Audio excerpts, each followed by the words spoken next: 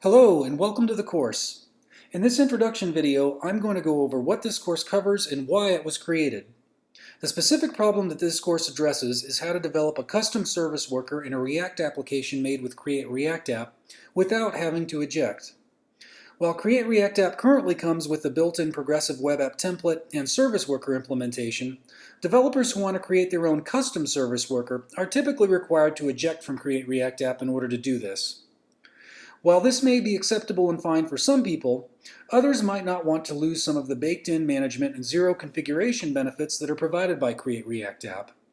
So this course is specifically for these developers. Why the course was created was because when I attempted to do this myself, I found that the resources and documentation available were not clear, difficult to follow, and sometimes incomplete, missing vital steps on how to deal with errors and problems that arose. So what this course offers is clear and coherent instructions on how to accomplish this. It presents an easy-to-follow step-by-step process, and it's not a long course. The goal is to get you the essential information that you need as quickly as possible and save you the time it would take otherwise to put all of the pieces together on how to do this.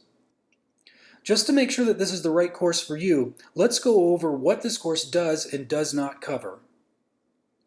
So what this course does cover is how to make a custom service worker for an application created with Create React App without having to eject. At the time of recording, the version of Create React App used is version 4, but there will be instructions on how to accomplish this if using earlier versions of Create React App as well. We do use Workbox, which is the recommended tool provided by Google, and will cover basic setup and use cases, including the implementation of basic caching strategies.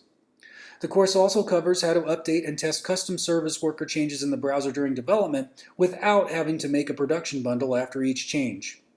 And we will go over how to handle routing in a custom service worker when using libraries such as React Router.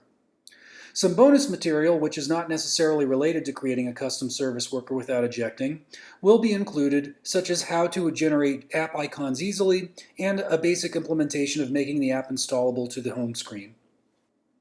Now, what this course does not cover is PWAs in general or in-depth or advanced service worker caching strategies.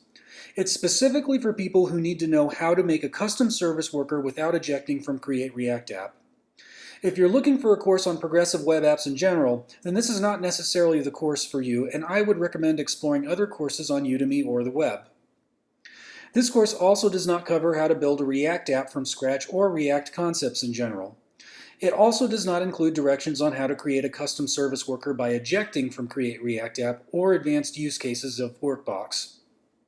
So I'm going to assume that the developer viewing this course has some prior knowledge, including familiarity with Create React App, familiarity with PWA concepts and service workers, as well as some basic knowledge and experience with JavaScript, such as understanding arrow functions, promises, and callbacks.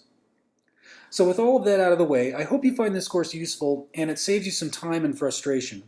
Without any further ado, let's dive right in and get started.